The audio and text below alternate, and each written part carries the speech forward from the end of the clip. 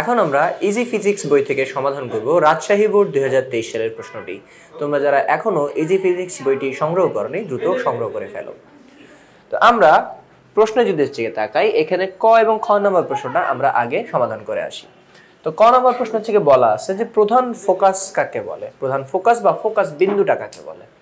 তো দেখো, দর্পণের প্রধান অক্ষের সমান্তরালে ও নিকটবর্তী আলোকরশ্মিগুচ্ছ প্রতিফলনের পরে যেই বিন্দুতে মিলিত হয় বা যেই বিন্দু থেকে অপসৃত হচ্ছে বলে মনে হয় ওই বিন্দুকে ওই দর্পণের প্রধান ফোকাস বা ফোকাস বিন্দু বলে। আরেকবার রিপিট করতেছি যে দর্পণের প্রধান অক্ষের সমান্তরালে ও নিকটবর্তী আলোকরশ্মিগুচ্ছ প্রতিফলনের পরে যে বিন্দুতে মিলিত হয় বা যে বিন্দু থেকে অপসৃত হচ্ছে বলে মনে হয় তাকে ওই দর্পণের প্রধান ফোকাস বা ফোকাস বিন্দু বলে। এরপরে আমরা খ নম্বর প্রশ্নে চলে যাই। খতে কি জিজ্ঞেস করছে যে কিভাবে বিম্বের পার্শ্ব পরিবর্তন রোধ করা যায়। তোমরা জানো যে যখন আমরা গিয়ে কোনো সমতল দর্পণের সামনে গিয়ে দাঁড়াই, আমাদের বাসা বাড়িতে যে দর্পণ বা আয়নাগুলো আছে ওইখানে তুমি দাঁড়ালে তোমার ডান হাত যদি উঠাও তাহলে সে দর্পণে যে প্রতিবিম্ব তৈরি হয় সেটা তার বাম হাত উঠায়, এরকম গিয়ে মনে হয়। তার মানে কি আমাদের যে প্রতিবিম্বটা তৈরি হয় তার কিন্তু পার্শ্ব পরিবর্তন হয়ে যায়, মানে ডান পাশটা বাম পাশ হয়ে যায়, বাম পাশটা ডান পাশ হয়ে যায়। তাহলে গিয়ে এইটার পার্শ্ব পরিবর্তনটা কিভাবে রোধ করা যায়। দেখো, পার্শ্ব পরিবর্তন যদি রোধ করতে চাও তাহলে সেরকম 90 ডিগ্রি অ্যাঙ্গেলে দুইটা দর্পণ দিতে হবে। তো দুইটা দর্পণ যদি দাও তাহলে সে কি হবে, দেখো বোর্ডে চলে যাই। তো এরকম 90 ডিগ্রিতে কি করবা, দুইটা গিয়ে দর্পণ পাশাপাশি গিয়ে কোন রাখবা, এই একটা আর তার পাশে কত, এই আরেকটা। এতে করে কি হবে, তো এইখানে কেউ যদি দাঁড়ায়, এখানে মনে করছে কেউ যদি দাঁড়ায় তাহলে এইখানে কি হবে, একটা প্রতিবিম্ব তৈরি হবে।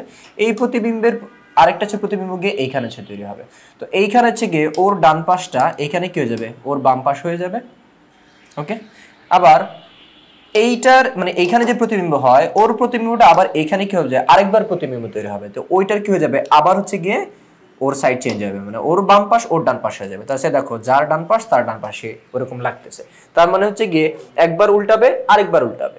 তো দুইবার যদি উল্টাও তাহলে একটা জিনিস কিন্তু সোজা হয়ে যায়। তাহলে এইভাবে কি আমরা কি করতে পারি, প্রতিবিম্বের পার্শ্ব রোধ করতে পারি, পার্শ্ব পরিবর্তন রোধ করতে পারি। তো দেখো এখানে কি বলছে, দর্পণের নিজের প্রতিবিম্বের ডান পাশ বাম পাশের অবস্থানের পরিবর্তন হওয়ার ঘটনাকে বিম্বের পার্শ্ব পরিবর্তন বলে।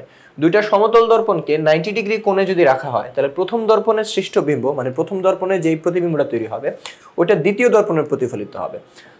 ফলে প্রথম দর্পণে পার্শ্ব পরিবর্তিত বিম্বের দ্বিতীয় দর্পণে আরেকবার মানে পুনরায় পার্শ্ব পরিবর্তন হবে। তো দুইবার যদি পার্শ্ব পরিবর্তন হয় তাহলে কি পার্শ্বটা একই থাকবে। তো এই ক্ষেত্রে কোনো পার্শ্ব পরিবর্তন হবে না। এইভাবে পার্শ্ব পরিবর্তন রোধ করা যায়। এখন আমরা গ এবং ঘ নম্বর প্রশ্নে চলে যাব। তো গ এবং ঘ নম্বর প্রশ্নে আমরা গিয়ে যাওয়ার আগে উদ্দীপকটা একটু দেখে আসি। তো উদ্দীপকে এইখানে দেখো দুইটা চিত্র দেওয়া আছে, চিত্র 1 চিত্র দর্পণ 1 আর কত চিত্র দর্পণ 2। তো এইখানে একটা অবতল দর্পণ দেওয়া আছে আর এখানে একটা উত্তল দর্পণ দেওয়া আছে। তো অবতল দর্পণে পি থেকে সি পর্যন্ত যে দূরত্ব এটা কত 30 সেন্টিমিটার, অর্থাৎ বক্রতার ব্যাসার্ধ কি 30 সেন্টিমিটার। অন্যদিকে উত্তল যে দর্পণ আছে ওইটারও কি বক্রতার ব্যাসার্ধ 30 সেন্টিমিটার। তো তবে এখানে গিয়ে তোমরা জানো যে অবতল দর্পণের ফোকাস দূরত্ব বা বক্রতার ব্যাসার্ধ এগুলো কি হয় প্লাস হয়, আর উত্তল দর্পণের বক্রতার ব্যাসার্ধ বা ফোকাস দূরত্ব এগুলো কি হয় মাইনাস হয়। অর্থাৎ আমাদের এটা প্লাস 30 সেন্টিমিটার, এটা কি মাইনাস 30 সেন্টিমিটার। এখানে কি হচ্ছে যে উত্তল দর্পণের 4 সেন্টিমিটার সামনে একটা বস্তু আছে আর 6 সেন্টিমিটার সামনে আরেকটা বস্তু আছে। তো এখন আমাদের গ নাম্বার জিজ্ঞেস করছে দর্পণ 1 এর সামনে কতটুকু দূরে বস্তু রাখলে বস্তুর আকারে 3 গুণ বিবর্ধিত বিম্ব পাওয়া যাবে, 3 গুণ বিবর্ধিত বিম্ব পাওয়া যাবে। তো দেখো এটা আমরা বোর্ডে চেক করে ফেলি, তাহলে বেশি সুবিধা হবে। তো প্রশ্নে কি বলছে, দর্পণ 1 মানে অবতল দর্পণে সামনে কতটুকু দূরে বস্তু রাখলে বস্তুর আকারে 3 গুণ বিবর্ধিত বিম্ব পাওয়া যাবে। তো যত গুণ বিবর্ধিত হবে সেটা কি আমাদের বিবর্ধন, অর্থাৎ m এর মান কত আসবে 3 হইতে হবে। ওকে, এখন দেখো m এর মান প্লাস হওয়া সম্ভব মাইনাস হওয়া সম্ভব। তার মানে কি m +3 হইতে পারে, m কত -3 হইতে পারে। ওকে, তার মানে গিয়ে m এর মান যদি প্লাস আসে তাহলে কি বলছিলাম মনে আছে নিশ্চয়ই, m এর মান প্লাস যদি গিয়ে আসে তাহলে গিয়ে সেটা বাস্তব প্রতিবিম্ব, আর যদি m এর মান যদি মাইনাস আসে তাহলে সেটা কি অবাস্তব প্রতিবিম্ব। ওকে, তার মানে কোনো অবাস্তব প্রতিবিম্ব কি তার বিবর্ধন 3 হইতে পারে, কোনো বাস্তব প্রতিবিম্ব কত বিবর্ধন 3 হইতে পারে। তো এটা কি বাস্তব প্রতিবিম্ব না অবাস্তব প্রতিবিম্ব আমরা আগে থেকে জানি না। তো এম এর মান 3। এখন সেটা বাস্তব হইতে পারে, অবাস্তব হইতে পারে। আচ্ছা যাই হোক, সেটা হচ্ছে বাকিটা পরে দেখতেছি। আমাদের আর এর মান কত দেওয়া আছে? 30 সেন্টিমিটার প্লাস 30 সেন্টিমিটার। তাহলে এফ কত আসবে? এফ হবে আর এর অর্ধেক, তার মানে হচ্ছে কত? 15 সেন্টিমিটার বা প্লাস 15 সেন্টিমিটার এইটা। এখন আমাকে বলছে যে কোথায় বস্তু রাখতে হবে, হ্যাঁ, কতটুকু সামনে বস্তু রাখলে, তার মানে বস্তুর দূরত্বটা কত হইতে হবে? ইউ কত, ঠিক আছে, ইউ কত হইতে হবে m3 পাওয়ার জন্য, ইউ কত হইতে হবে m3 পাইতে হইলে। তো দেখো আমাদের প্রতিবিম্বের যে দূরত্ব, প্রতিবিম্বের দূরত্ব হচ্ছে কত? ভি, প্রতিবিম্বের দূরত্বকে ধরলাম হচ্ছে কি ভি। তো এখন হচ্ছে কি এখানে দেখো যে m ইজ ইকুয়াল টু হচ্ছে কি আমরা হচ্ছে কত মাইনাস v বাই ইউ, এটা হচ্ছে কি শিখছিলাম, তাই তো? m ইজ ইকুয়াল টু কত মাইনাস v বাই ইউ। এখন আমরা এখানে মাইনাস v বাই ইউ না দিয়ে আমরা মডুলাস v বাই ইউ এটা ইউজ করব। কেন ইউজ করব? কারণ m3 বলছে, এম এর ভ্যালুটা জাস্ট বলছে। এখন এম এর ভ্যালুটা কি প্লাস না মাইনাস তাই বলে নাই, আমরা মডুলাস দিয়ে দিলাম। মডুলাস মানে হচ্ছে কি এর মধ্যে প্লাস মানটাও আছে মাইনাস মানটাও আছে। আমরা যখন হচ্ছে কি মডুলাস উঠাবো, আচ্ছা এম এর মান হচ্ছে কত? 3, তাহলে মডুলাসটা এখানে হচ্ছে দিয়ে দিই, তাহলে ভি মাইনাস ইউ হয়। তো মডুলাস যখন উঠাবো তখন প্লাস মাইনাস কিন্তু দুইটাই চলে আসে, প্লাস মাইনাস দুইটাই চলে আসে। ওকে, ভি বাই ইউ। ওকে, মডুলাসের কাজটা কি? মডুলাসটা শুধু হচ্ছে কি ভ্যালুটা নিয়ে আসে, হ্যাঁ, কিন্তু যখন হচ্ছে মডুলাসটা আমরা উঠাই দিতেছি তখন এটা কি প্লাস 3 থেকে 3 নিয়ে আসছিলাম না মাইনাস 3 থেকে 3 নিয়ে আসছিলাম, তা কিন্তু হচ্ছে আমরা এখনই জানি না, তাই প্লাস মাইনাস 3 দুইটাই হচ্ছে নিব। তাহলে এইখান থেকে আমরা কি বলতে পারি?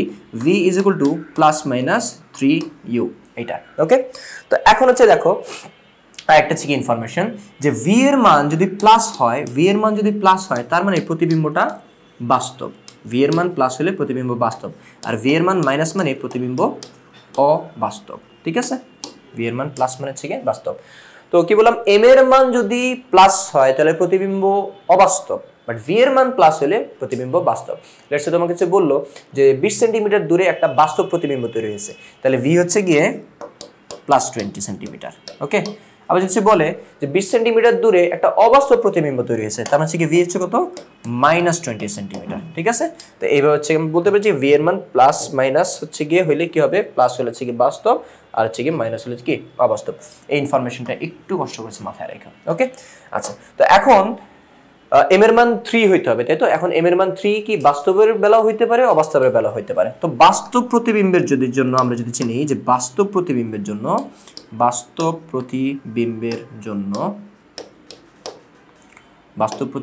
যদি আমরা হিসাব করি, তাহলে হচ্ছে কি আসবে? বাস্তব প্রতিবিম্বের জন্য হিসাব করলে এম এর মান হচ্ছে কত? -3। ওকে, বাট ভি এর মান হচ্ছে কত? এই যে এখানে প্লাস মাইনাস যেটা আসে না, সেখান থেকে কি আসবে? Plus 3u। ওকে, আচ্ছা, এই হচ্ছে কি আসলে। তো এখন আমরা সূত্র কি জানি? 1/u plus 1/v is equal to কত? 1/f। বাকি হিসাবটা আমরা এই পাশে করব। তো এখন হচ্ছে গিয়ে 1/u, আচ্ছা কত? v এর মান কত পাইছো? এই যে v এর মান বাস্তব প্রতিবিম্বের জন্য হচ্ছে কত? 3u। তাহলে হচ্ছে কত? 3u ইজ ইকুয়াল টু কত? 1/f। ওকে, তাহলে u আর 3u যদি লসাগু করি তাহলে কত আসবে? 3u। u দিয়ে 3u কে ভাগ করলে হচ্ছে কত? 3 থাকে, আর হচ্ছে কত? 3u দিয়ে 3u কে ভাগ করলে হচ্ছে কত? 1 থাকে, আর এখানে হচ্ছে কত? 1/f। তাহলে এই পাশে আসবে 4, এই পাশে হচ্ছে কত? 3u, এখানে হচ্ছে কত? 1/f। তারপর হচ্ছে r গুণ করে দেব, 3u এর সাথে 1 গুণ 3u, 4 এর সাথে f গুণ 4f। আমাদের u দরকার, তাহলে u ইজ ইকুয়াল টু কত? 4f/3। এখন ভ্যালু বসায় দেব। 4f এর মান কত ছিল? 15 ডিভাইড বাই কত? 3। তো 3 দিয়ে 15 কে থেকে কাটলে কত? 5, 4 5 এর কত আসে? 20 আসে। তাহলে আমরা ফাইনালি বলতে পারি যে u ইজ ইকুয়াল টু কত আসবে? 20 সেন্টিমিটার। অর্থাৎ আমরা যদি বস্তুকে 20 সেন্টিমিটার দূরে রাখি তাহলে হচ্ছে কি আসবে? আমাদের যে প্রতিবিম্ব আসবে সেই প্রতিবিম্বটা হচ্ছে কত? 3 গুণ হবে, তবে প্রতিবিম্বটা কিরকম হবে? বাস্তব হবে। অর্থাৎ বাস্তব প্রতিবিম্ব 3 গুণ যদি বাস্তব প্রতিবিম্ব পেতে চাই তাহলে ইউ কে রাখতে হবে 20, মানে বস্তুকে রাখতে হবে 20 সেন্টিমিটার দূরে। এরপরে আমরা অবাস্তব প্রতিবিম্বের জন্য হিসাব করে ফেলবো। তো অবাস্তব প্রতিবিম্বের জন্য যদি হিসাব করি, যে অবাস্তব বিম্বের জন্য বা প্রতিবিম্বের জন্য, অবাস্তব বিম্বের জন্য হচ্ছে এম এর মানটা হচ্ছে কত? এম এর মানটা +3, হ্যাঁ, আর ভি এর মানটা হচ্ছে কত? Minus, so -3u। ওকে, এটা হচ্ছে নিলাম। তো এখন হচ্ছে গিয়ে আমরা এই সূত্রটা হচ্ছে এখানে আরেকবার অ্যাপ্লাই করব। 1/u প্লাস 1/v ইজ হচ্ছে কত? 1/f। তো এখানে 1/u প্লাস 1/-3u, ভি এর মান হচ্ছে কত? যদি অবাস্তব হয় তাহলে ভি এর মানটা কত? মাইনাস, হ্যাঁ, তাই হচ্ছে কত? ভি এর মান কত? -3u। তো 1/f, তাহলে এখানে 1/u প্লাসে মাইনাসে মাইনাস 1/, 3u, এখানে কত আসবে 1/f। এই পর্যন্ত আশা করি বুঝতে পারছো। আমরা বাকিটা হচ্ছে গিয়ে নতুন পেজে চেক করে ফেলি। তো এখন হচ্ছে কত আসে যে আমরা লাস্ট পেজে কি পাইছি 1/u মাইনাস 1/3u যে হচ্ছে কত 1/f, এটা পাইছিলাম। তো এখন u আর 3u লসাগু কত 3u আসে, এখানে কত আসবে 3, এখানে হ্যাঁ এখানে হচ্ছে কত আসবে, এখানে হচ্ছে কি মাইনাস, এখানে আসবে 1, কত 1/f। তাহলে উপরে আসছে 2, এখানে হচ্ছে কত 3u, এখানে 1/f। তারপরে আবার আর গুণ 3u এর সাথে 1 গুণ করলে কত 3u, 2 এর সাথে f গুণ করলে কত 2f। তাহলে আমাদের u দরকার, তাহলে 3 কে ওই পাশে পাঠিয়ে দেবো, তাহলে u = 2f/3। বাকি ক্যালকুলেশন আমরা এই পাশে করে ফেলবো। u = 2f, f এর মান কত পাইছিলাম 15 ডিভাইড বাই কত 3, এটা দিয়ে এটা কাটলে কত পুরোটা যদি কাটিয়ে দিলে আসে 5, তাহলে 5 দুগুণ হচ্ছে কত 10 সেন্টিমিটার। অর্থাৎ আমাদের বস্তুর দূরত্ব যদি 10 সেন্টিমিটার হয় সেই ক্ষেত্রে আমরা 3 গুণ প্রতিবিম্ব পাবো, তবে সেই প্রতিবিম্বটা কীরকম পাবো, অবাস্তব প্রতিবিম্ব হচ্ছে পাবো। তাহলে হচ্ছে গিয়ে আমাদের এই প্রশ্নের উত্তরে আমরা বলতে পারি যে দর্পণের সামনে 20 সেন্টিমিটার এবং 10 সেন্টিমিটার দূরে যদি বস্তু রাখি তাহলে হচ্ছে কি আমরা আকারে 3 গুণ বিবর্ধিত বিম্ব পাবো। তবে 20 সেন্টিমিটার দূরে রাখলে 3 গুণ বিবর্ধিত বাস্তব প্রতিবিম্ব পাবো, আর যদি 10 সেন্টিমিটার দূরে রাখি তাহলে 3 গুণ বিবর্ধিত অবাস্তব প্রতিবিম্ব হচ্ছে পাবো। তো এই ছিল গ নম্বর প্রশ্ন। এখন আমরা ঘ নম্বর প্রশ্নে চলে যাই। তো ঘ নম্বর প্রশ্ন হচ্ছে বলছে দর্পণ 2 এর সামনে উদ্দীপকে প্রদত্ত দূরত্বে বস্তু রাখলে বিম্বের আকৃতি একই হবে কিনা। তার মানে হচ্ছে গিয়ে যে 4 সেন্টিমিটার দূরে রাখবো আর 6 সেন্টিমিটার দূরে রাখবো, তাহলে 4 সেন্টিমিটারের জন্য যেই প্রতিবিম্ব তৈরি হবে আর 6 সেন্টিমিটারের জন্য যে প্রতিবিম্ব তৈরি হবে দুইটার আকৃতি সেম হবে কিনা। তো দুইটার আকৃতি সেম হবে কিনা এটা রশ্মি চিত্রের মাধ্যমে বিশ্লেষণ করতে বলছে, মানে এ কে বিশ্লেষণ করতে বলছে। তো যদি আমরা এ কে যদি বিশ্লেষণ করতে চাই তাহলে সে কি করতে হবে, আমাদের সেম সাইজে কি করতে হবে, দুইটা হচ্ছে কি করতে হবে, উত্তল দর্পণ হচ্ছে নিতে হবে। মানে এই দুইটা চিত্র হচ্ছে কি করবো আমরা হচ্ছে দুইবার রাখবো। ওকে, তাহলে হচ্ছে গিয়ে বা আমরা আরেকটা কাজ করতে পারি, সেটা হচ্ছে গিয়ে আমরা একই দর্পণ হচ্ছে গিয়ে চিত্র হচ্ছে দুইবার রাখবো। ওকে, এই হচ্ছে গিয়ে আমাদের উত্তল দর্পণ, হচ্ছে আমাদের উত্তল দর্পণ, এই হচ্ছে গিয়ে আমাদের প্রধান ফোকাসটা ঠিকঠাক মতো সোজা নেওয়াটা উচিত।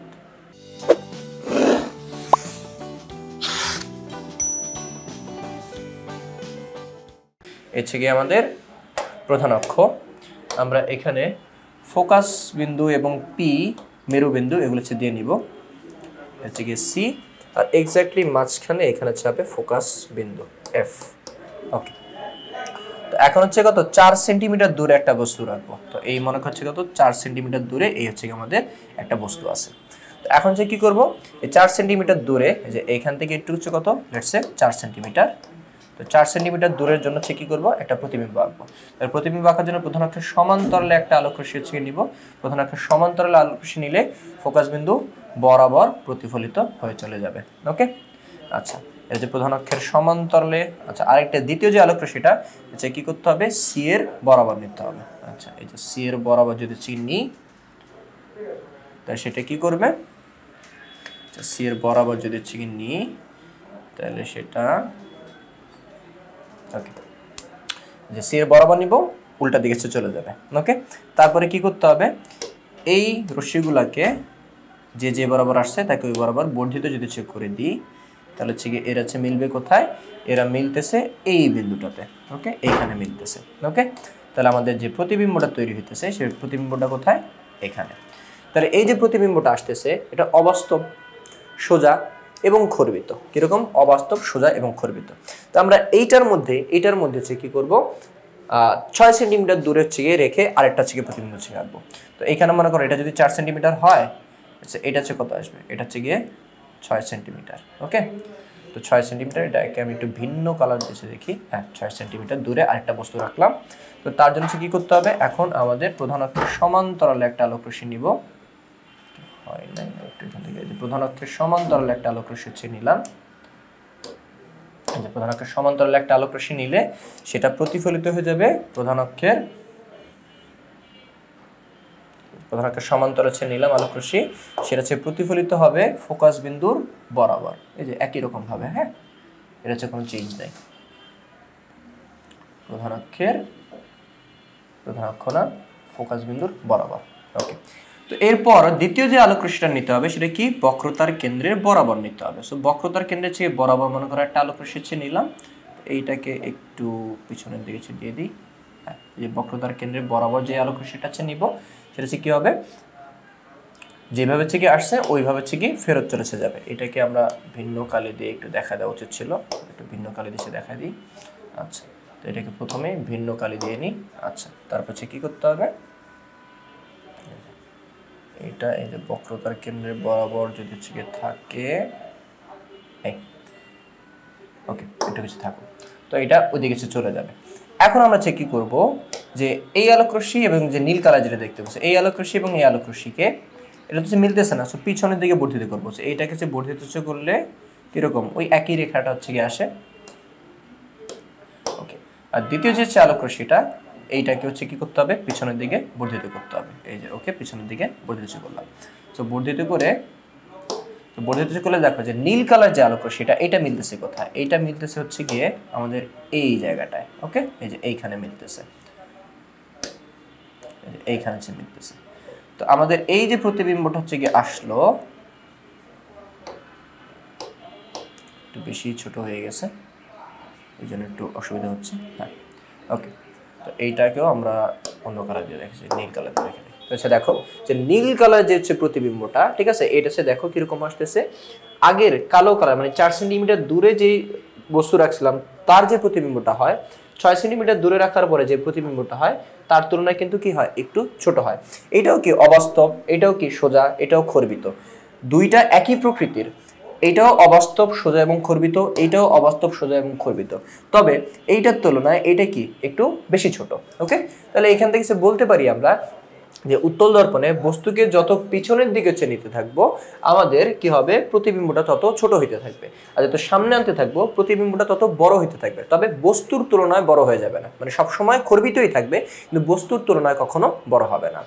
তো এইটা হচ্ছে কি আমরা একটা চিত্রে হচ্ছে গিয়ে দেখাইছি, কিন্তু এটা তোমরা হচ্ছে গিয়ে তোমাদের বোঝার জন্য হচ্ছে গিয়ে একটা চিত্রে দেখাইছি, যেন যে সাইজটা যে কম বেশি হয় এটা দেখানোর জন্য, কিন্তু এটা তোমরা দুইটা আলাদা চিত্র হচ্ছে গিয়ে আঁকবা।